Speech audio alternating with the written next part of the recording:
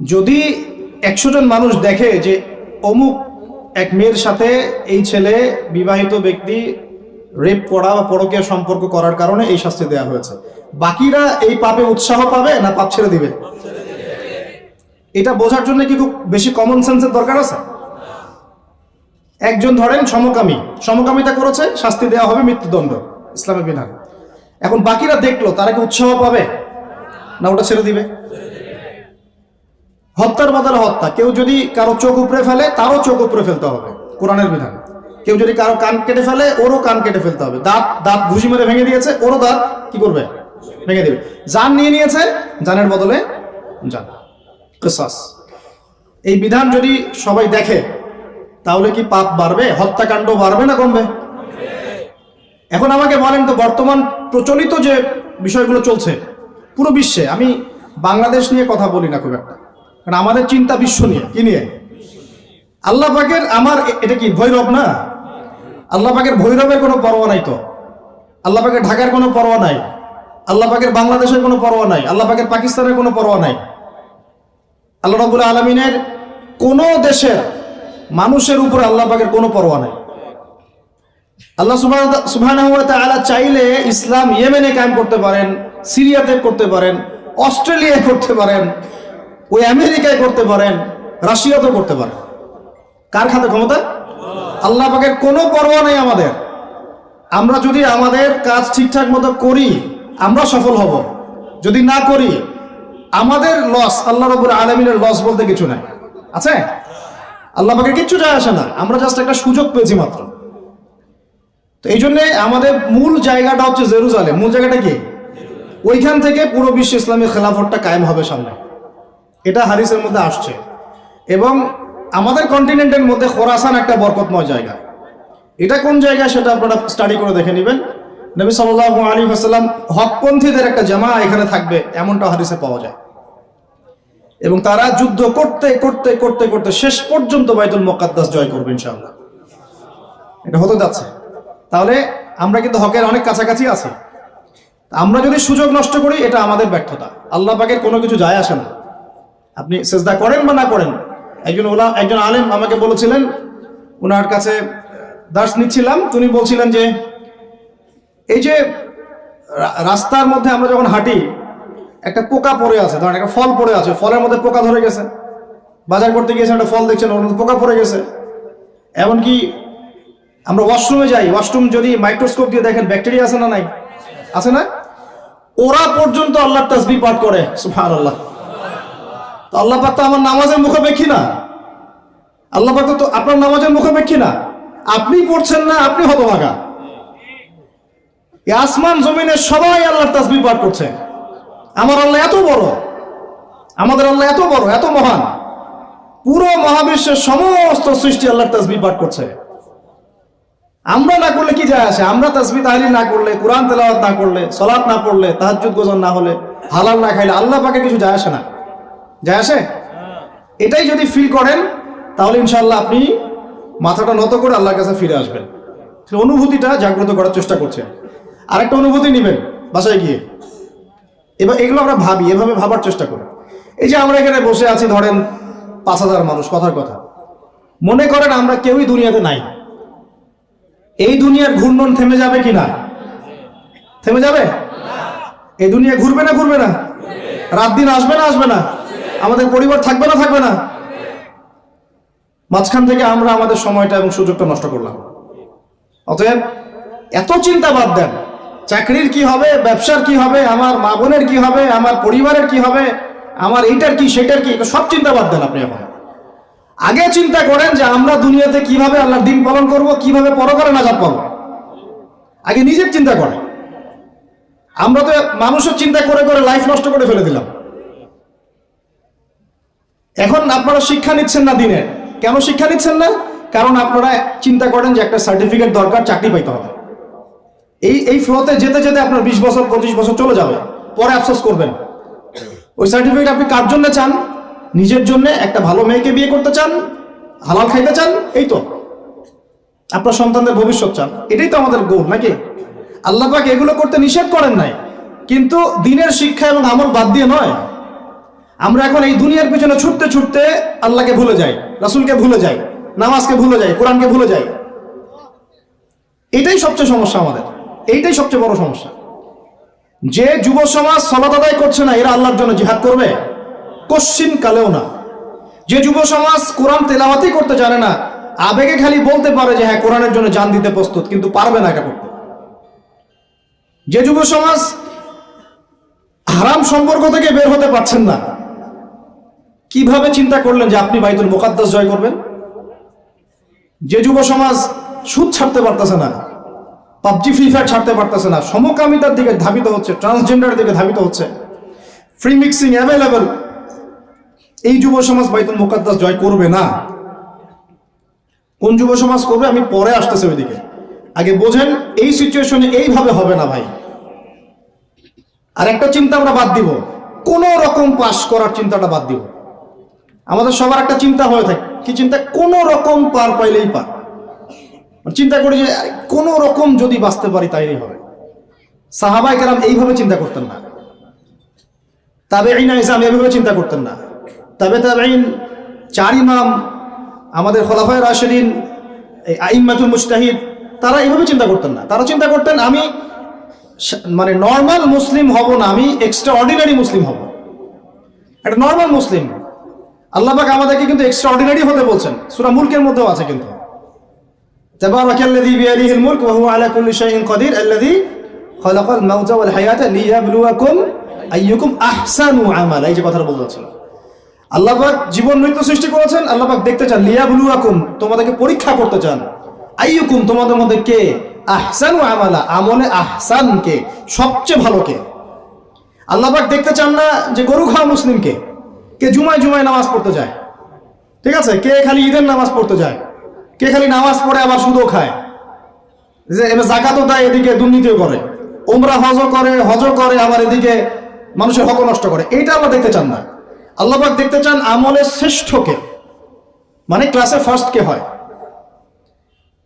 এই উম্মতের দায়িত্ব বাংলার জমিনে 8-10 জন 20 জন আলেম, 10 জন দায়ী, 10 জন মাদ্রাসা শিক্ষক, তাদের উপরে নয়। দিনের যদি দিনকে মহব্বত করেন, ভালোবাসেন, দিনের বিজয় চান, প্রত্যেকের দায়িত্ব আছে, প্রত্যেকের দায়িত্ব আছে। আপনারও তো দায়িত্ব আছে। আপনাকে আল্লাহ মাল সম্পদ দিয়েছেন, ওইটা দিয়ে আপনি দিনের জন্য কি করলেন আল্লাহ দেখতে চান। আল্লাহ পাক আপনাকে জ্ঞান দিলেন, প্রজ্ঞা দিলেন, আপনি ওইটা দিয়ে দিনের জন্য কি করলেন আল্লাহ পাক দেখবেন তো। আল্লাহ পাক আপনাকে লেখার ক্ষমতা দিয়েছেন, কতটুকু লিখলেন আল্লাহ পাক দেখবেন। আল্লাহ পাক বলার ক্ষমতা দিয়েছেন আপনাকে, আপনি ভালো বলতে পারেন, কতটুকু হক বললেন আল্লাহ পাক দেখবেন। আল্লাহ পাক আপনাকে সামাজিক, অর্থনৈতিক, রাজনৈতিক ক্ষমতা দিলেন, আল্লাহ দেখতে চান আপনি এটা দিয়ে দিনের জন্য কি করেন। অন্যথায় আল্লাহ পাক এটা কেড়ে নিতে সময় লাগবে না, এক মুহূর্তে আল্লাহ পাক কেড়ে নিতে পারেন। পৃথিবীতে নমরুদের নামও কেউ স্মরণ করে না, এখন ফেরাউনের নামও কেউ স্মরণ করে না, স্মরণ করলেও নেগেটিভলি স্মরণ করে, অভিশাপের সাথে স্মরণ করে, তাই না?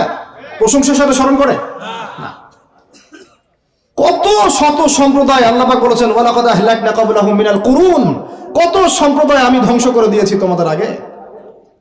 কত সম্প্রদায় ছিল, লক্ষ লক্ষ কোটি কোটি সম্প্রদায়কে আমি ধ্বংস করে দিয়েছি তোমাদের আগে। নাই, তাদের শব্দও কি তোমরা শুনতে পাও? শব্দও শুনতে পাও না। তারা চিৎকার করছে বারজাখের জগতে আযাব থেকে বাঁচার জন্য, আমরা শুনতেও পাই না। তাহলে কিসের বড়াই? বড়াইয়ের অহংকারের জায়গা আছে? মানুষের অহংকার শোভা পায়? মানুষের মতো ক্ষুদ্র তুচ্ছ সৃষ্টির অহংকার শোভা পায়? 2 দিন পাতলা পায়খানা দিলে বাস শেষ মানুষ, একটা ডেঙ্গু জ্বর দিলেই শেষ।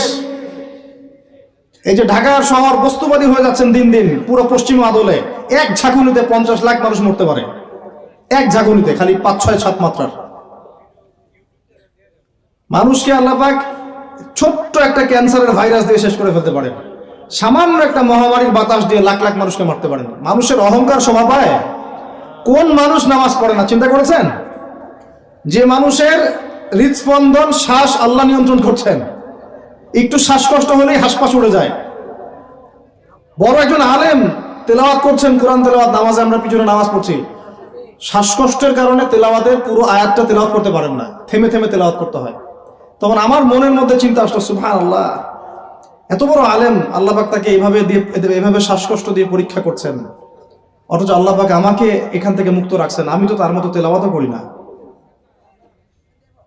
কত মানুষ পঙ্গু হয়ে পড়ে আছে, ওই অবস্থায় আল্লাহর ইবাদত করতেছে। কত মানুষের চোখ নাই, হাফেজে কোরআন হয়ে বসে আছে, মুফতি হয়ে বসে আছে, আছে না ভাই? নেয়ামতের কথা স্মরণ করেন, আল্লাহ পাকের নেয়ামতগুলো স্মরণ করেন, বোঝার চেষ্টা করেন। আল্লাহ পাক সূরা দুহা এটাই বলছেন, সূরা দুহার শেষে আল্লাহ পাক এটা বলছেন, আলাম ইয়াজিদকা ইয়াতীমান ফাআওয়া, তোমাকে আমি ইতিম অবস্থায় পাই নাই, আশ্রয় কি দেইনি? ওয়া ওয়াজাদাকা দাল্লান ফাহাদা ওয়া ওয়াজাদাকা আইলান ফাআগনা ফাআম্মা আল-ইয়াতীমা ফালা তাকহার ওয়া আম্মা আস-সাইলা ফালা তানহার ওয়া আম্মা বিনি'মাতি রাব্বিকা ফাহাদ্দিস। তুমি আল্লাহ পাকের যে নিয়ামতগুলো আল্লাহ দিয়েছেন এগুলো মানুষকে বর্ণনা করতে থাকো, বলতে থাকো, খালি উপলব্ধি করেন যে আল্লাহ পাকের কত নিয়ামতে আপনি আছেন, বাস আর কিছু লাগবে না। আর আপনি আমি না থাকলে দুনিয়া থেমে থাকতো না, সব চলতো। তাহলে কিসের জন্য, কাদের জন্য আমরা এই হায়াত এবং সময়, রুজি, এনার্জি, যৌবন নষ্ট করছি ভাই? আমাকে বলেন, কাদের জন্য করছেন?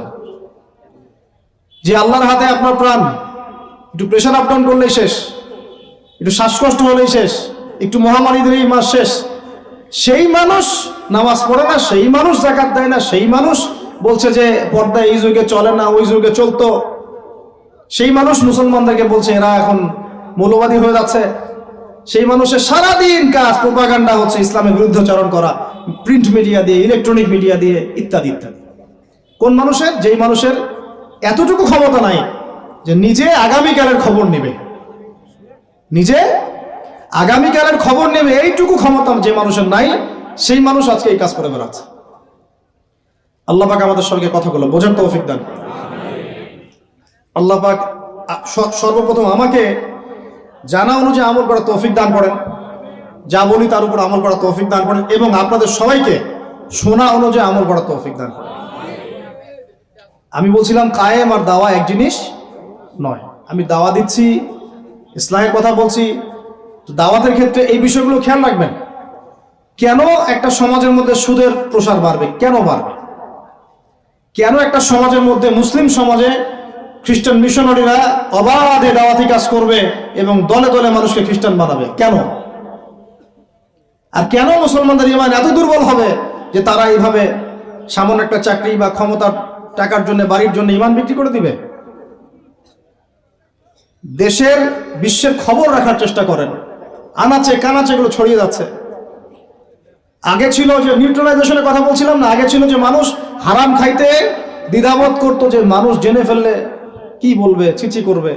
এখন ঘরে ঘরে সুদ, ঘরে ঘরে। ওয়াল্লাহি আমরা সবাই এখন মায়ের সাথে জেনা করি। নবী সাল্লাল্লাহু আলাইহি ওয়াসাল্লাম বলেছেন সুদের পাপের 70 শাখা, তার সবচেয়ে নিচের শাখা মায়ের সাথে জেনা করা। আপনি করেন না? আপনার ওয়াইফ দেখেন সমিতিতে টাকা দিচ্ছে, সুদের টাকা। একজন স্ত্রী স্বামী খোঁজার সময় চিন্তা করে দেখে কে টাকা পয়সার দিক থেকে বেশি স্বাবলম্বী, সে হারাম খাক হালাল খাক পরোয়া করতে চায় না। এখনকার অনেক গার্ডিয়ান, পিতামাতা দেখতে চায় না বাচ্চাটা আমার চাকরি করবে কোথায়, হালালে না হারামে, পরোয়া করতে চায় না, করলেই হইল, ওকে নাকি প্রতিষ্ঠিত হতে হবে। ব্যবসায়ী মানুষ ব্যবসা করার সময় খেয়াল রাখছেন না আমি হালাল পণ্যের করছি না হারাম পণ্যের করছি, মাপে কম দিচ্ছি কিনা, সিন্ডিকেট যে আমি করছি, এই যে 1 লক্ষ 2 লক্ষ 3 লক্ষ ডিম রিজার্ভ করে রেখে দিলাম, প্রত্যেকটা দাম 1 টাকা করে বেড়ে গেল, 3 লক্ষ ডিমের মধ্যে 3 লাখ টাকা এক্সট্রা লাভ করলো, পুরো রিজিকটাই হারাম। রিজিকটা কি? মানুষ এগুলো ভাবেও না এখন যে রিজিকও একটা ব্যাপার, যে আমার হালাল রিজিক ছাড়া ইবাদত কবুল হবে না, দোয়াও কবুল হবে না। বরং হারাম রিজিক নিয়ে সে বছর বছর হজ উমরা করতেছে। আর আবু বকর সিদ্দিক রাদিয়াল্লাহু আনহুর সামনে খাবার আসলো, তিনি তাড়াহুড়ার মধ্যে ছিলেন, খাবারটা খেয়ে ফেললেন। এরপর মনে হলো যে খাবারটা খেলাম, জিজ্ঞাসা করা দরকার ছিল খাবারটা কোত্থেকে আসলো। ভৃত্যকে ডেকে বলছেন খাবার কোত্থেকে নিয়ে আসলো? সেই ভৃত্য বলছে যে আমি জাহেলি যুগে গণকের কাজ করতাম। কিসের কাজ? ও যে হাত দেখে টাকা নেন, টিয়া পাখি দিয়ে ভাগ্য পরীক্ষা করে, আংটি টাংটি বিক্রি করে, আছে না? ওখানে গেলেই শিরক, গেলে কি লা ইলাহা ইল্লাল্লাহ কেটে গেল, আবার আপনাকে মুসলমান হতে হবে। এত সহজ না। আল্লাহ পাক তার নবীকে ওয়াদা করেছেন, একদম ওয়াদা, হে মুহাম্মদ সাল্লাল্লাহু আলাইহি ওয়াসাল্লাম, তোমার উম্মতের যে কোনো ব্যক্তি আসমান জমিন সমান পাপ নিয়েও যদি আমার সামনে দাঁড়ায়, 7 আকাশের সমান পাপ, জমিনের সমান পাপ আমার সামনে দাঁড়িয়েছে কিয়ামতের মাঠে, তো বেচারার আমল নামায় কোনো শিরকের পাপ নাই। কিসের পাপ নাই? আমি আল্লাহ তার সামনে আসমান জমিন সমান ক্ষমা নিয়ে হাজির হব। ওইটা কেটে গেল কোথায়? খালি গিয়ে বললেন যে দেখেন তো আমার হাতটা একটু দেখে দেন তো, কয়টা মেয়ে আছে আমার লাইফে, কয়টা বিয়ে হবে। ও আবার এই পাশে দাগগুলো দেখে, দেখে বলে যে 2টা। ঠিক আছে, কিন্তু সারা জীবনে আপনি 2টা বিয়ে করতে পারলেন না। করার দরকার নাই, করার দরকার নাই, একটা নিয়ে থাকেন। কেন দরকার নাই? সবাই সবকিছু করতে পারবে না, সবাই সবকিছু করতে পারবে না। বিধান সবার জন্য প্রযোজ্য হয় না। যার ক্ষমতা, যার সামর্থ্য আছে, যে ব্যালেন্স করতে পারে, তার ব্যাপারটা ডিফারেন্ট। সবাই সবকিছু পারবে তো শিরক কেটে গেলে এভাবে। এরকম অনেক কাজ আছে। আপনি বলছেন যে মায়ের কসম, কিসের কসম? শিরক হয়ে গেল। কসম কার নামে করতে হবে? বলতে হবে আল্লাহর কসম। কসম যদি করতেই হয় কার নামে করতে হবে? আল্লাহর নামে। বললাম যে ভাই কেমন আছেন, তা আপনি বলছেন যে আপনার দোয়াতেই ভালো আছে, আপনার দোয়াতেই ভালো আছে। আগে কি বলতে হবে? আলহামদুলিল্লাহ, আল্লাহর রহমতে, অতঃপর আপনাদের দোয়ায় ভালো আছে। কথা বলাও শিখতে হবে। বললেন যে আগামীকাল আমি এটা করবই, আগামীকাল আমি এটা করবই, গ্যারান্টি দিতে পারবেন? পারবেন না। বলে ফেললেন যে এই সময়গুলো এখন ভালো না, সময়টা ভালো না, এটা যুগকে আপনি গালি দিলেন, এটাও নিষেধ, এটাও নিষেধ। অনেকে অনেক সময় শিরকি নামও পর্যন্ত রাখে। একজনের নাম শুনেছিলাম শাহিন শাহ, কি নাম আছে? এরকম নামে কেউ আছেন নাকি? আচ্ছা, বাদ দেন। এর অর্থ হচ্ছে রাজাধিরাজ, রাজার সবচেয়ে বড় রাজা, মানে সবচেয়ে বড় রাজা। কে সবচেয়ে বড় বাচ্চা? সূক্ষ্ম সূক্ষ্ম অনেক শিরক আছে, বড় বড় শিরক তো আপনারা চিনেনি। এদিকে বলছে ইহদিনাস সিরাতাল মুস্তাকিম, সরি, ইয়াকা না'বুদু ওয়া ইয়াকা নাস্তাঈন, হে আল্লাহ শুধু আপনারই ইবাদত করি, আপনার কাছেই সাহায্য চাই। বের হয়েই কবরে গিয়ে সিজদা করলো, ওখানে মৃত মানুষের কাছে সাহায্য চাচ্ছে। সিজদা কার জন্য? সিজদা কি আল্লাহ ছাড়া অন্য কাউকে করা যাবে? সাহাবীরা কি আল্লাহর নবীকে সিজদা করেছিলেন? তাহলে আপনারা কত বড় মানুষ হয়ে গেছে? আমরা কি তাদের চেয়ে বড় হয়ে গেছি? নাউজুবিল্লাহ। এভাবে মানুষ শিরক করছে। তারপরে জবাই, কুরবানি কার জন্য করতে হয়? তো মানুষ তো অনেক সময় দেখা যায় যে জীবিত মানুষ মৃত মানুষের জন্য কুরবানি করছে। এখন গ্রামে গ্রামে ছড়িয়ে পড়তেছে কবিরাজি, তান্ত্রিক, কবিরাজ, বান মারা, টোনা, এগুলা। যে করবে সেও মুশরিক, যে ওখানে গিয়ে ধন্না দেয় সেও মুশরিক। হ্যাঁ, যে করবে সে তো মুশরিক হয়ে গেছেই। আর যে গিয়ে ধন্না দিচ্ছে যে আপনি আমাকে এগুলা থেকে বাঁচান, এবং সে জিনের সাহায্য নিয়ে বিভিন্নভাবে এই কাজগুলো করে দিচ্ছে, সমস্যা, ঈমান কেটে গেল। কি করতে পারবেন? কোরআন এবং হাদিস থেকে চিকিৎসা করতে পারবেন, কোরআন সুন্নাহ থেকে চিকিৎসা করতে পারবেন।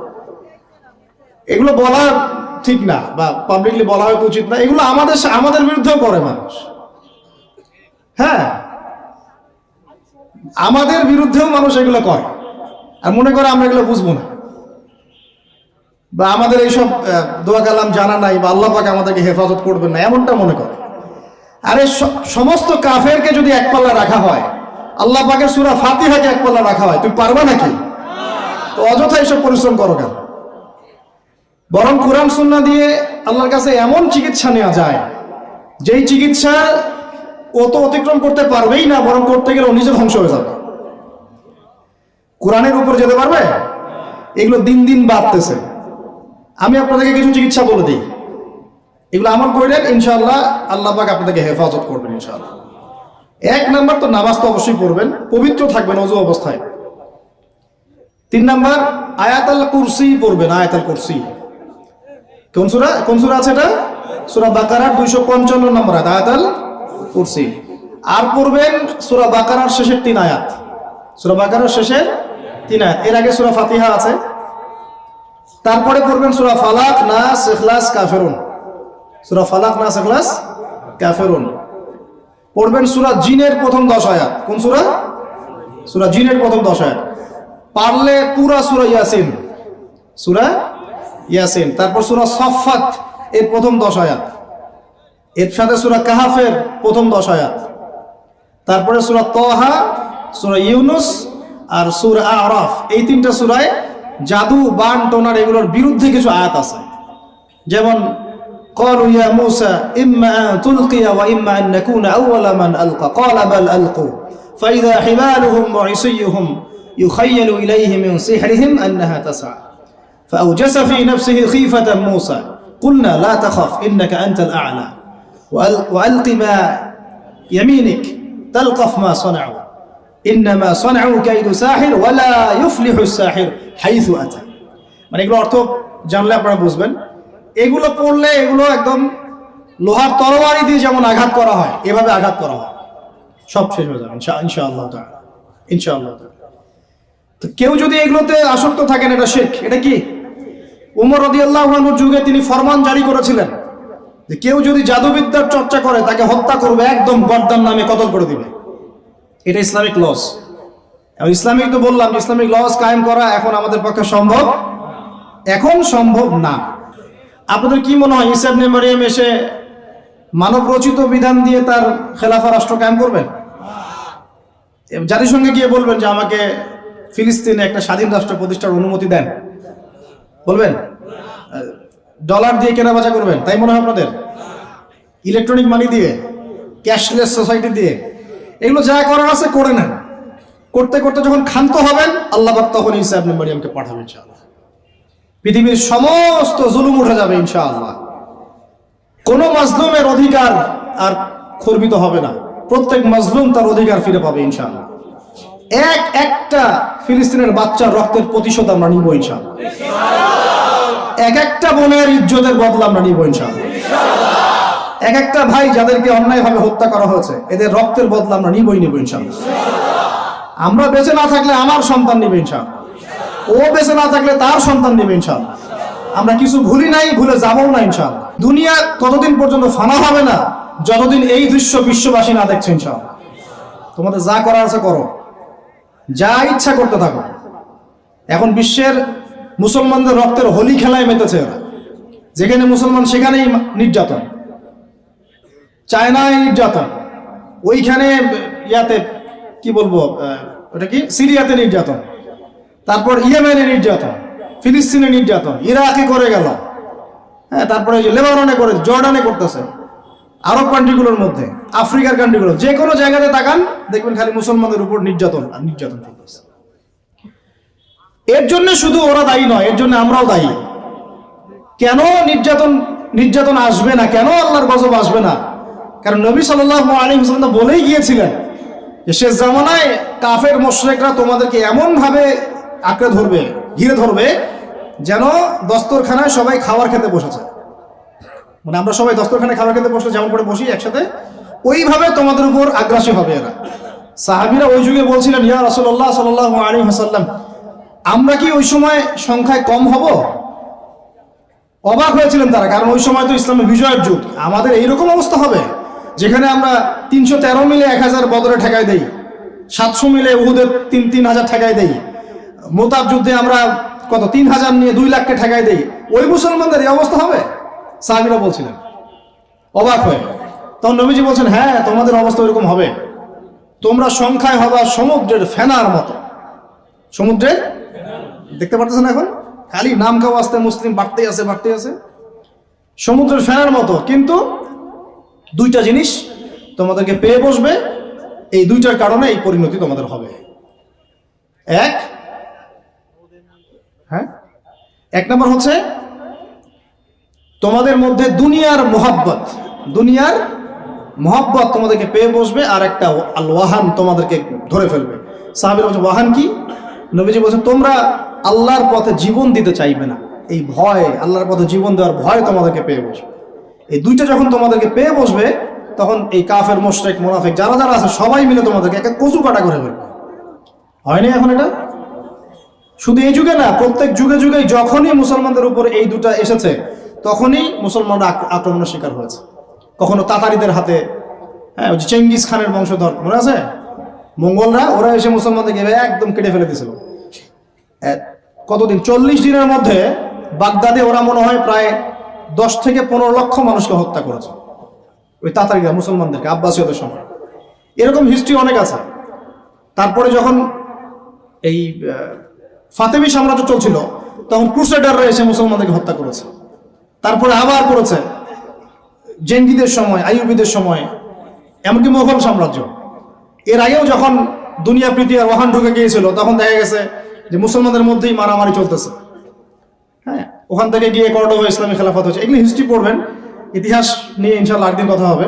আমার নিয়ত আছে আপনাদেরকে হিস্ট্রি শোনানোর, একদম আদম আলাইহিস সালাম থেকে শুরু করে এই পর্যন্ত যা যা হয়েছে ইসলামের ইতিহাসে একটা একটা করে ধারাবাহিক পর্ব আকারে আসবে ইনশাআল্লাহ।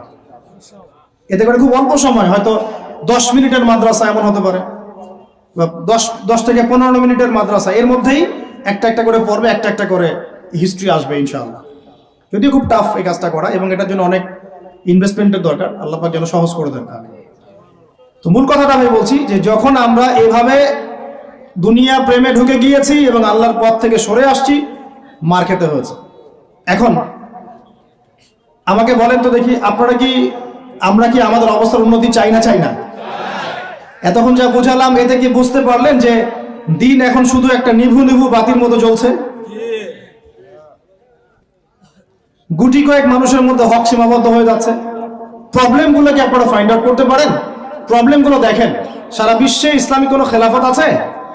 ইসলামের কোনো ঐক্য আছে? একজন আমিরুল মুমিনিন আছে? একটা জামাআত আছে? একটা ইমারা আছে? আমাদের কি অর্থনৈতিক শক্তি আছে? ভিত্তিটা নাই।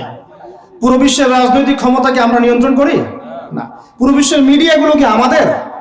এমনকি যেগুলোতে রেকর্ড করছেন, যে ফোন আপনার হাতে, সেটাও তাদের। এটাও কাদের? তাদের। পুরো বিশ্বের যে ফিলোসফিক্যাল থটসগুলো আছে, দর্শন, এই দর্শনগুলো আমাদের চলছে না ওদের চলছে? সব পশ্চিমা দর্শন চলছে না? এই যে নাস্তিকতা, কাদের দর্শন? আমাদের। এই যে সেকুলার কনসেপ্ট, কাদের দর্শন? আমাদের দর্শন। এই যে সো কল্ড ডেমোক্রেসি, কাদের দর্শন? আমাদের। এই যে ন্যাশনালিজমে আমরা ভুগছি, সবাই জাতি চিন্তা করি, মানে ওই ইয়েমেনে একটা মুসলমান মরলে আমার লাগে না। কেন লাগে না? ও তো ইয়েমেনি, আমি তো বাংলাদেশি। ফিলিস্তিনে একটা ভাইকে মারলে আমার খুব একটা লাগতেছে না, কেন? ও তো ফিলিস্তিনি, আমি তো বাংলাদেশি। এই যে গোত্রীয় বিভাজনটা আমরা করেছি ন্যাশনালিজমের মাধ্যমে, এতে করে ইউনিটিটা নষ্ট হয়ে গেছে। গোত্রে গোত্রে মানুষ থাকতে পারে, কিন্তু সবার মধ্যে একটা হৃদ্যতার বন থাকতে হবে। এইটা ইসলাম দিয়েছিল। আনসার, মুহাজির, দুইটা আলাদা শব্দ না? দুইটা আলাদা বৈশিষ্ট্য, কিন্তু তারা কি আলাদা ছিলেন? একদম নিজের মায়ের পেটের ভাইয়ের চেয়ে বেশি, তাই না? এটা ইসলাম। আর আমরা যদি বলি আনসার এক গ্রুপ, মুহাজির আরেক গ্রুপ, আনসারকে মারলে আমার কি, আমি তো মুহাজির, মুহাজিরকে মারলে আমার কি, আমি তো আনসার, এই কনসেপ্টটা হচ্ছে একটা ন্যাশনালিজম কনসেপ্ট। এই চলছে, ও দিয়ে দিল ফরাসি বিপ্লবের পর থেকে, 1789 সালের পর থেকে এগুলো আসছে ওয়ার্ল্ডে। 1789 থেকে শুরু করে 1914 পর্যন্ত এই সময়টাতে তারা বিশ্বটা দখল করেছে। কত সময়? 1789 থেকে 1914, এই যে সময়টুকু, এর মধ্যেই পশ্চিমারা বিশ্বটাকে দখল করেছে। আবার নতুন করে কোন কোন জায়গা দখল করেছে? প্রথমে পলিটিক্স, প্রথম জায়গাটা কি? পলিটিক্স। তারপরে সামরিক শক্তি, ওদের মানে এক্সট্রাঅর্ডিনারি সামরিক শক্তি তারা বিশ্বকে দেখিয়েছে। আপনি যত কথা বলেন, একদম পারমাণবিক বোম রেখে দিব তাক করে, আর বেটা তুই কথা বলতে পারবি না, এরকম একটা অবস্থা। বিশ্বাস করেন ব্যাপারটা এরকম। পুরো জাতি নিয়ে আপনি একটা ঐক্যবদ্ধ শক্তি করতে চান, একটা মিসাইল, পারমাণবিক মিসাইল এরকম রেখে দিবে, এই বাড়াবাড়ি করো না বেশি, একদম দিব লঞ্চ করে, বাস আপনি চুপ, একদম চুপ। কারণ ওইটা প্রতিহত করার তো আমার কাছে ওই নাই, ক্ষেপণাস্ত্র প্রতিরক্ষা সিস্টেম তো নাই। এখন আমি যদি বলি, আমার কথা কি মন খারাপ করবেন? আমি যদি বলি যে বিগত 50 বছরে আমাদের দেশ স্বাধীন হয়েছে কবে বলেন? 71, এখন কত? 23, কত বছর বলেন? আমরা কি একটাও ক্ষেপণাস্ত্র তৈরি করতে পারলাম না? এই বিশ্বে এই ধরনের প্রযুক্তি ছাড়া কেউ টিকে থাকতে পারে? এটা কি ঢাল তলোয়ারের যুগ যে ওরা এগুলো বানাবে আর আমরা ঢাল তলোয়ার নিয়ে বসে থাকবো? কি করলাম আমরা বলেন? আপনারা তো রাগ করেন কথা বললে, রাগ না করে একটু ভালো করে মন দিয়ে শুনেন না। মন দিয়ে চিন্তা করেন না, কি করলাম আমরা এতদিনে? আমাদের 50টা ক্ষেপণাস্ত্র থাকার কথা ছিল, আমাদের 50টা পারমাণবিক অস্ত্র থাকার কথা ছিল। কিসের ভিত্তিতে আমরা লড়াই করব? কিসের ভিত্তিতে আমরা লড়াই করব? মিয়ানমার যদি আমাদেরকে কালকে চাপ দেওয়া শুরু করে, আমরা কিসের ভিত্তিতে লড়াই করব? কি নিয়ে লড়াই করব? এমনকি পুরো মুসলিম বিশ্বের বড় বড় পরাশক্তিগুলোর সাথে আমাদের সম্পর্ক কতটুকু ভালো। ইরান বুঝে ফেলতেছে যে রাশিয়ার সহযোগিতার দরকার আছে, কারণ রাশিয়া হচ্ছে এখনকার আমেরিকাদের বিরুদ্ধে একটা সুপার পাওয়ার, তাই না? অনেক কান্ট্রি এখন ওদের সাথে যুদ্ধ করতে গেলে রাশিয়ার সাথে বন্ডিং করে। এটা ওয়ার্ল্ড অ্যাফেয়ার্স। আমরা বিগত 50 বছরে কি করতে পারি না, ব্যর্থতার ইতিহাস রচনা করা যাবে। কি বলতেছেন আপনি? কি বলতে চান? এটা রচনা করা যাবে একটা ইতিহাস। পদে পদে দুর্নীতি করেছে, পদে পদে টাকা আত্মসাৎ হয়েছে, পদে পদে হক নষ্ট করা হয়েছে। এগুলো সব আমাদের সম্পদ ছিল, জনগণের ছিল। আমি কোনো পলিটিক্যাল পার্টি করি না, কখনো করিও নাই, আমার করারও কোনো শখ নাই। কিন্তু একজন জনগণ হিসেবে, সাধারণ জনগণ হিসেবে এই কথাগুলো বলছি।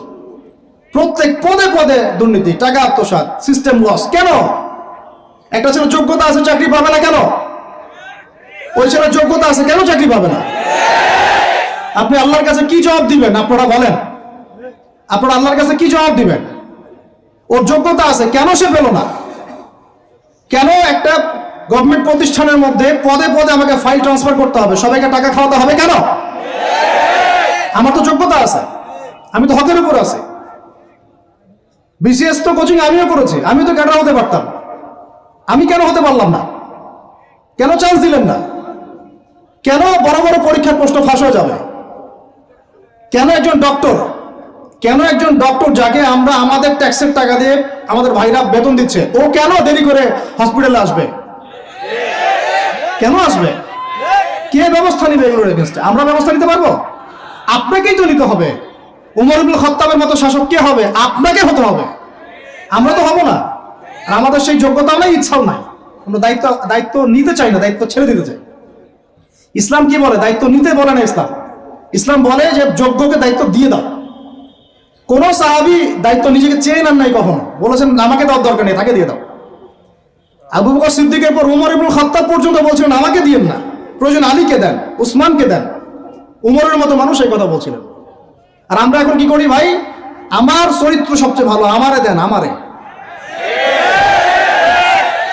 খালি কিয়ামতটা হয়ে যাক, আল্লাহ পাক দাঁড় করাবেন সবগুলোকে সিরিয়ালে, দেখা যাবে কে কি জবাব দিতে পারে, দায়িত্ব কতটুকু বুঝাই দিতে পারে, এটা দেখা যাবে। কেন এটা হবে? আমার কথা রাগ করেন না প্লিজ। এখন আমাদের 50টা পারমাণবিক অস্ত্র থাকার কথা ছিল, অ্যাটলিস্ট না থাকুক 5টা তো থাকার কথা ছিল। ওরা যদি আমাকে তাক করে রাখে, আমিও তাক করে রাখতাম। বেটা তুই মারলে আমি মেরে দিব, যা। উত্তর কোরিয়ার মতো একটা কান্ট্রি, আমার সাবজেক্টে এইগুলা, আমরা ইউনিভার্সিটিতে এগুলাই পড়েছি। ও একটা কান্ট্রি, কতটুকু কান্ট্রি জানেন? উত্তর কোরিয়া দক্ষিণ কোরিয়া একসময় মারামারি করতো, এই মারামারি লাগিয়ে দিয়েছিল পশ্চিমারা। পরে উত্তর কোরিয়ার প্রেসিডেন্ট ওই বলা থেকে বের হয়ে যায়, বলা থেকে বের হয়ে চায়নার সাথে বন্ডিং শুরু করে, রাশিয়ার সাথে বন্ডিং শুরু করে ওদের সাপোর্টে সে আস্তে আস্তে আস্তে নিউক্লিয়ার ডিভাইসগুলো তৈরি করা শুরু করেছে। করার পরে এখন এই মাত্র বেশি না, 20 থেকে 25 বছরে ওরা এমন একটা জায়গায় চলে গেছে, খাইতে পারুক না পারুক পারমাণবিক বোমা একদম তাক করে রেখে দিয়েছে। পশ্চিমারা ওখানে নাক গলাতে পারে না, ও নাক গলাতে পারে আমার কাছে এসে, আমাকে বলে স্যাংশন দিবে, আমাকে বলে তোমাকে ভিসা নীতি বাতিল করে দিব, আমাকে বলতে পারে, ওকে বলতে পারবে না তো, কারণ ওর কাছে ওরকম অস্ত্র আছে, দিবে একটা মায়েরা, যা বেটা। ওর পার্ল হারবার আছে সামনে জাপানের ওখানে। কারণ এটা এমন একটা বিষয় যে একটা যদি সে মারে, আর এও তো একটা মারতে পারবে। একটা বোমা পড়লে পুরো জাতি একদম মুহূর্তের মধ্যে ছাই হয়ে যাবে। এই জন্য এটা যুদ্ধ এত সহজে কেউ যেতে যাবে না। এটা হচ্ছে একটা মনস্তাত্ত্বিক শক্তি যে আমার কাছে আছে, তুই মারলে কিন্তু আমি মারতে পারি। এই মনস্তাত্ত্বিক শক্তিটাই দরকার ছিল, এখন নাই। আর ভাই এগুলো আমাদেরও তো অনেক দোষ, সব কিছু তো আমরা মানুষের উপর চাপাই দিয়ে বসে থাকি। আমরা যখন অ্যানালাইসিস করতে বসি সবাই মনে হয় যে বিজ্ঞ পণ্ডিত, কিন্তু আপনি তো দায়িত্ব নিয়ে সামনে আসছেন না, আপনি তো পড়াশোনা করে উপরে আসছেন না, আপনি তো জ্ঞান অর্জন করে মানুষকে বোঝানোর চেষ্টা করছেন না। আমরা তো আমাদের দায়িত্ব পালন করছি না, করছি কি? আল্লাহ পাক আমাদের সবাইকে বিচক্ষণ হওয়ার তৌফিক দান করেন। কয়টা সায়েন্টিস্ট তৈরি হয়েছে আমাদের? বলেন, কয়টা সায়েন্টিস্ট তৈরি হয়েছে আমাদের জাতির মধ্যে? নাস্তিক তো ভুরি ভুরি তৈরি হচ্ছে। কয়টা সায়েন্টিস্ট তৈরি হয়েছে আমাদের ইউনিভার্সিটিগুলোর মধ্যে? কয়জন অর্থনীতিবিদ তৈরি হয়েছে ইউনিভার্সিটিগুলোর মধ্যে? আমিও তো পড়েছি ইউনিভার্সিটি। ছেলে মেয়ে একসাথে বসে গান গল্প করে, চীনা বাদাম খায়। কোনো কোনো সময় স্যার আর ছাত্রীর প্রেম হয়ে যায়। আমি বলছি না কিছুই হয় না, পড়াশোনা তো হয়, সিস্টেম তো অনেক সুন্দর, টাকা পয়সাও সরকারি অনেক খাচ্ছেন আপনারা। কিন্তু এখন কথা হচ্ছে, গভর্নমেন্টের যে এত টাকা পয়সা খাচ্ছেন, রেজাল্টটা কি দিচ্ছেন? কি জাতি উপহার দিচ্ছেন আপনারা? কোন প্রজন্ম উপহার দিচ্ছেন? এগুলো কি গভর্নমেন্ট টাকা আপনারা কি মনে করেন? এই ট্যাক্সের টাকাকে কি মনে করেন? এগুলো মানুষের আমানত, রক্ত ঘাম করা পয়সা। আপনাকে বেতন দেওয়া হচ্ছে, আপনাকে ফ্ল্যাট দেওয়া হচ্ছে, আপনাকে গাড়ি দেওয়া হচ্ছে, ওগুলোর দিকে তো চোখ দেন না। আমরা একটু এক্সকরলা গাড়িতে চললেই একদম নজরদারির মধ্যে চলে আসি। গাড়ি কোথেকে আসলো? আমার গাড়ির দাম তো 6 লাখ টাকা না 7 লাখ টাকা, আপনার গাড়ির দাম তো 50 লাখ টাকা। আর এগুলো আমাদেরকে মানুষ ভালোবেসে হাতিয়ে দিয়েছে। আপনাকে ভালোবেসে না দিলে আমি কি করতে পারি? আমার কিছু করার আছে? তো মূল জায়গাগুলো তো আমরা দেখি না। সব সমস্যা ইসলামকে নিয়ে চুলকানি নাকি? খালি ইসলামকে নিয়ে চুলকানি হয়? মূল জায়গায় আসেন। আমি বলেছি, চ্যালেঞ্জ করেছি, একটা মাঠের মধ্যে আপনি সমস্ত সেকুলার মহলের টিচারদেরকে একত্রিত করেন। আপনি উদ্যোগ নিয়ে করেন দেখি, করে সবার কোরআন তেলাওয়াত টেস্ট করেন। আমি চ্যালেঞ্জ করতেছি 10% কোরআন তেলাওয়াত ঠিক থাকবে না। তাদের হাতে আপনি একটা জাতি করতেছেন, তাহলে শিক্ষা তো এই অবস্থা হবেই। ব্যাংক তো আপনাকে শিখাবে, আর কি শিখাবে? ইসলাম এবং জেনারেল শিক্ষা, ইসলামী শিক্ষা, এইটাকে সমন্বয় করাটা এখন সময়ের দাবি হয়ে গেছে। এই দুটোকে সমন্বয় না করতে পারলে আল্লাহর কসম এই জাতিকে বাঁচাতে পারবেন না আপনি। এখন টিকটক দেখতেছেন, সামনে কোন টক আসবে আল্লাহ ভালো জানে, আল্লাহ ভালো জানে। এখানে আপনার ঘরেও তো দেখবেন যে একটা অপদার্থ পয়দা হয়ে গেল। কত এরকম ছেলে তার বাবা মাকে বৃদ্ধাশ্রমে পাঠিয়ে দিল, সন্তানের হাতে মা খুন হলো। এই তো কয়েকদিন আগে এক পুলিশ অফিসার খুন হয়েছিল এক সন্তানের হাতে, মনে নাই আপনাদের এগুলো? তাহলে আমরাই তো আমাদের ঘরে সাপ তৈরি করতেছি। ভাববেন না যে এগুলোর ফলে শুধু সমাজে একটা প্রভাব বিস্তার হবে, আমার ঘরে কিছু হবে না, কখনো না। আমিও এফেক্টেড হব, আমার ঘরেও আসবে। এখন আল্লাহ রাব্বুল আলামিনের কাছে খালি দোয়া করতে পারি আমরা, আল্লাহ পাক যেন আমাদেরকে এমন যোগ্য ব্যক্তি উপহার দেন আল্লাহর পক্ষ থেকে। যে হোক সে XYZ, হুএভার হি ইজ। আমরা কোনো দলের মানুষ না, কোনো পলিটিক্যাল পারসন না। XYZ যে হোক না কেন, আমরা যে সৎ, যোগ্য, ইমানদার মানুষ, সৎ, যোগ্য, ইমানদার মানুষ যারা তাদের এই ক্ষমতাটাকে, এই প্রতিভাটাকে দিনের জন্য কাজে লাগাবে ইনশাআল্লাহ।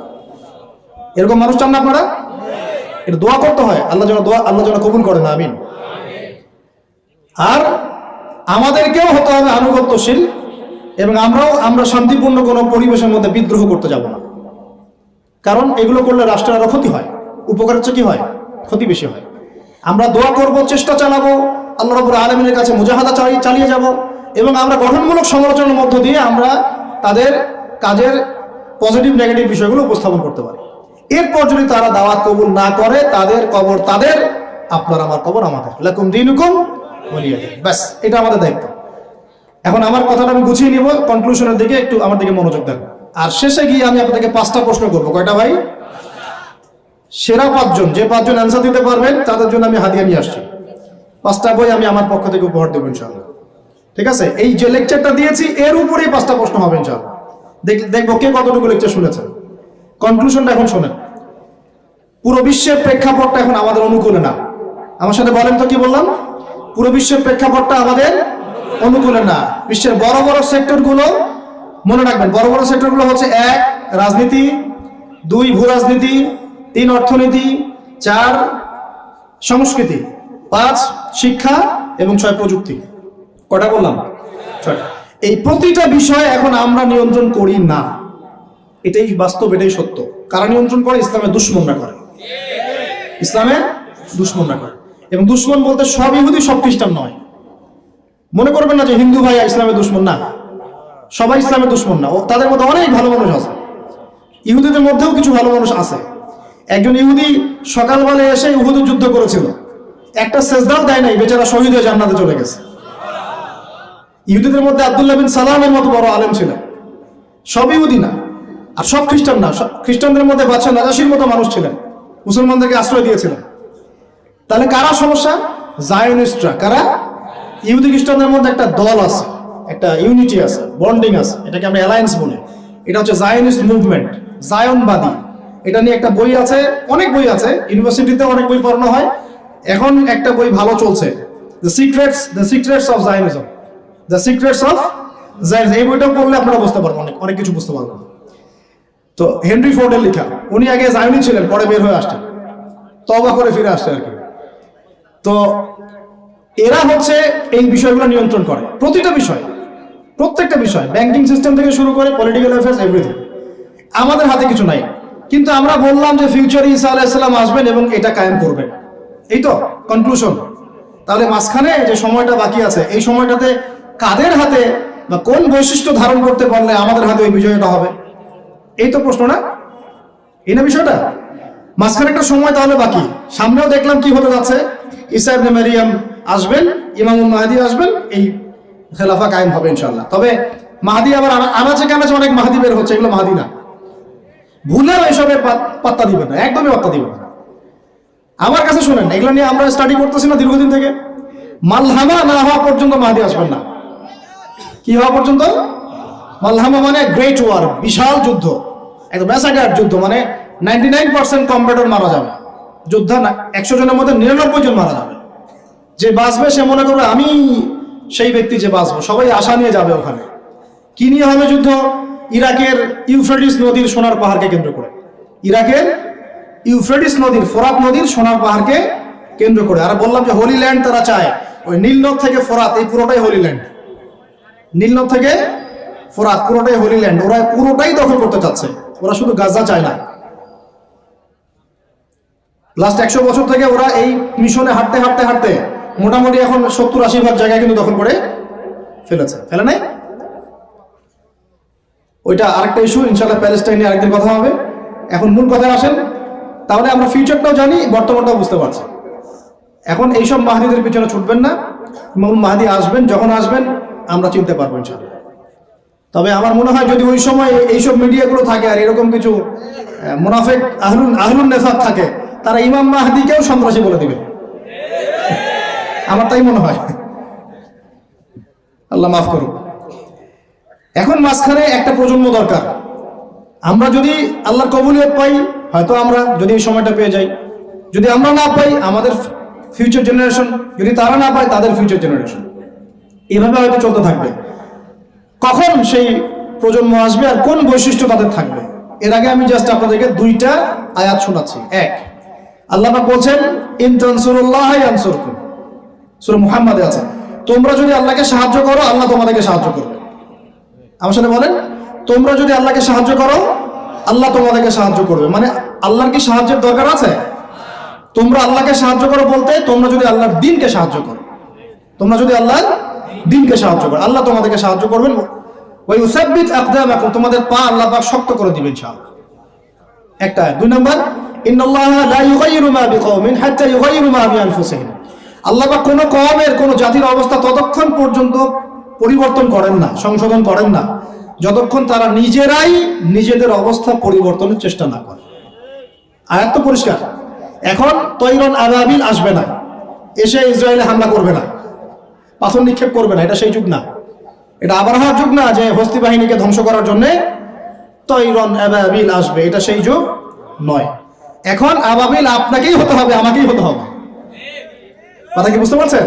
এটা নিজেদের তাকদীর, নিজেদের ভাগ্য, নিজেদের মানে ভবিষ্যৎ আল্লাহর উপর তাওয়াক্কুল করে তার হুকুম মেনে আমাদেরকে করতে হবে ইনশাআল্লাহ। তাহলে কোন কোন বৈশিষ্ট্য লাগবে একটু খালি বলে শেষ করে দিই। এক, এমন প্রজন্ম চাই যেই প্রজন্ম 5 ওয়াক্ত নামাজ পড়ে। রাজি আছে কিনা ইনশাআল্লাহ? জোরে বলেন ইনশাআল্লাহ। আল্লাহ সাক্ষী থাকুন, আমিন। এমন প্রজন্ম চাই যেই প্রজন্মের প্রত্যেকটা মুসলিম পরিবারের 100% নামাজি মাশা। এটা না হওয়া পর্যন্ত বড় বড় বয়ান করেও কোনো লাভ নাই। এক, ঠিক আছে ভাই? রাজি আছি তো ইনশাআল্লাহ? আজকের পর থেকে নামাজ ছাড়বো? আল্লাহ পাক আমাদেরকে নামাজ শক্ত করে ধরার তৌফিক দান করুন। আর নামাজটা ভালো করে শিখে নেবেন, ধীর স্থির ভাবে পড়বেন, তাড়াহুড়া করবেন না, ঠিক আছে? 3G 4G না, শান্তভাবে পড়বেন। 2, আমরা এমন প্রজন্ম চাই যে প্রজন্মের 100% মুসলমান কোরআন তেলাওয়াত করতে পারে। রাজি আছি কিনা ইনশাআল্লাহ? আগামী বছর ওয়াজ করতে আসার আগেই আপনাদের সবার কোরআন তেলাওয়াত সহি চাই ইনশাআল্লাহ। রাজি আছেন ইনশাআল্লাহ? আল্লাহকে কথা দেন, রাজি আছেন? অবশ্যই কোরআন তেলাওয়াত শিখতেই হবে।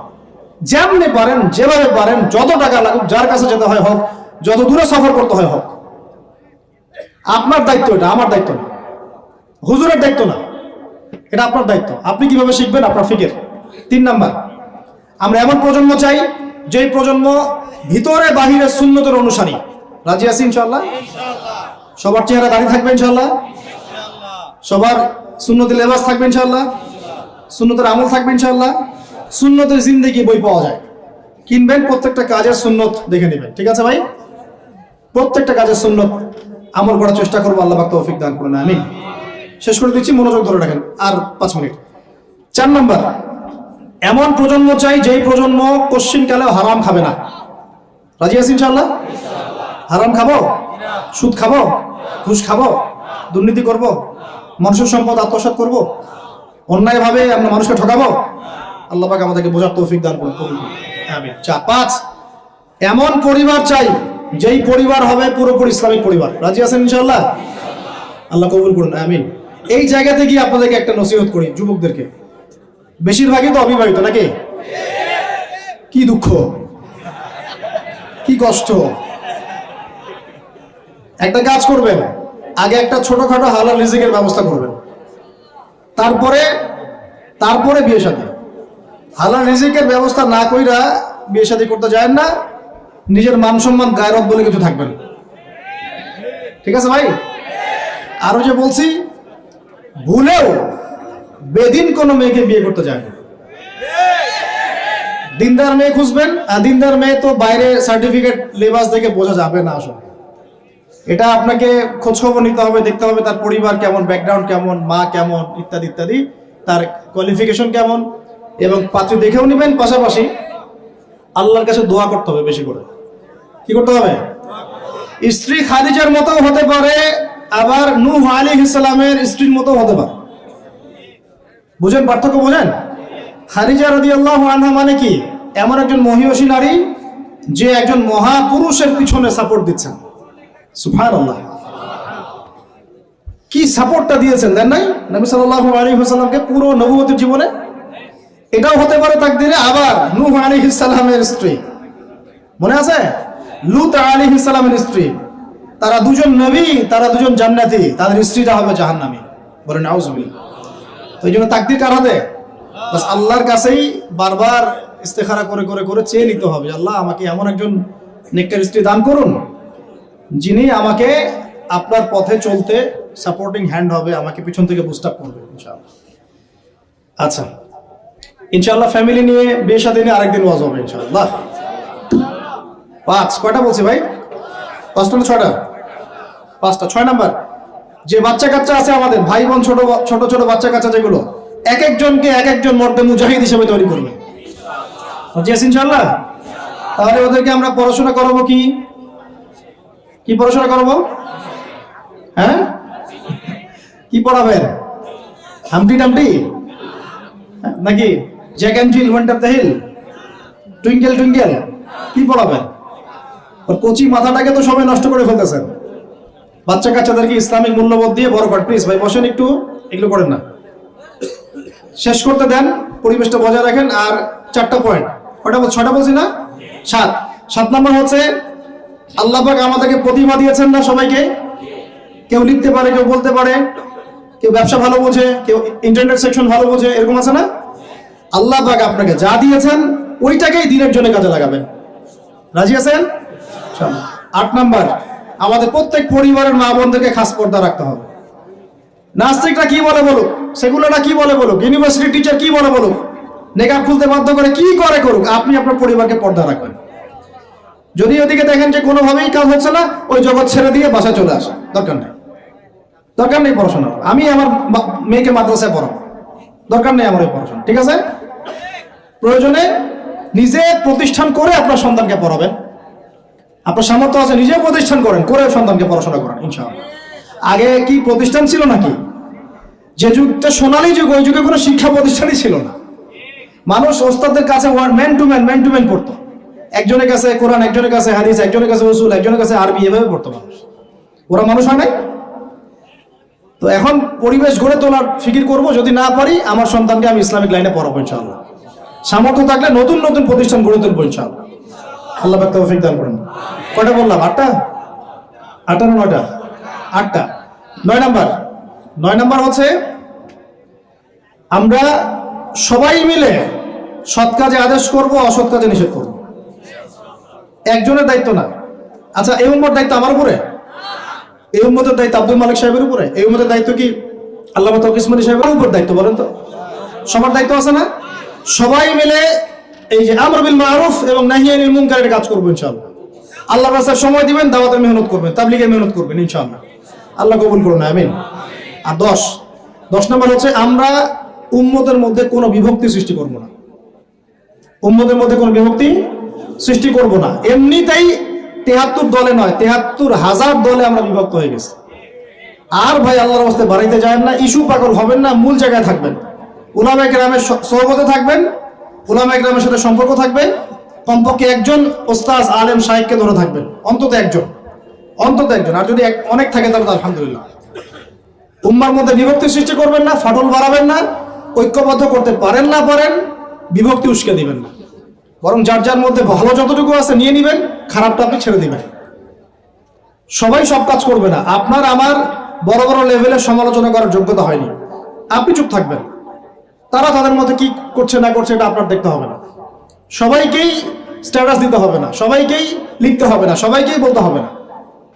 যারা বিজ্ঞ বরেণ্য এই বিষয়ে যাদের জ্ঞান আছে তারা বুঝবে উম্মার জন্য কিভাবে আগাতে হবে। আল্লাহ পাক আমাদের সবাইকে এইরকম জামা গড়ে দিন, এরকম ইমারা দান করেন, আমিরুল মুমিনিন দান করেন। আমি আল্লাহ পাক আমাদের সবার মধ্যে যে ভুল বোঝাবুঝি এগুলো দূর করে দেন।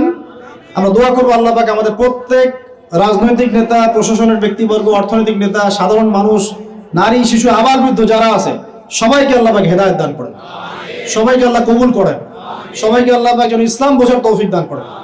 সবাই মিলে একটা ঐক্যবদ্ধ শক্তিশালী জাতি গঠনের তৌফিক দান করেন, যার 50টা মিসাইল থাকবে ইনশাআল্লাহ। ঠিক আছে? তারপরে দেখবো ইনশাআল্লাহ খেলা হবে। তারপরে কি হবে? আসল ওইটাই হচ্ছে আসল। তারপরে আল্লাহ পাক যেন আমাদের সবার মধ্যে দ্বীনি ইলম অর্জনের তামান্না দান করেন। সবাইকে আল্লাহ পাক কোরআন শেখার তৌফিক দান করেন, হাদিসের উপর আমল করার তৌফিক দান করেন, সুন্নতি জীবন গড়ার তৌফিক দান করেন। সবাইকে আল্লাহ পাক যেন নেককার স্ত্রী দান করেন। যাদের সামর্থ্য আল্লাহ পাক 2টা 3টা দান করেন, আরো দান করেন। যাদেরকে আল্লাহ পাক সামর্থ্য দিয়েছেন বেশি বেশি বাচ্চা কাচ্চা দান করেন। আল্লাহ রাব্বুল আলামিন সবাইকে হালাল রিজিক যথেষ্ট করে দেন।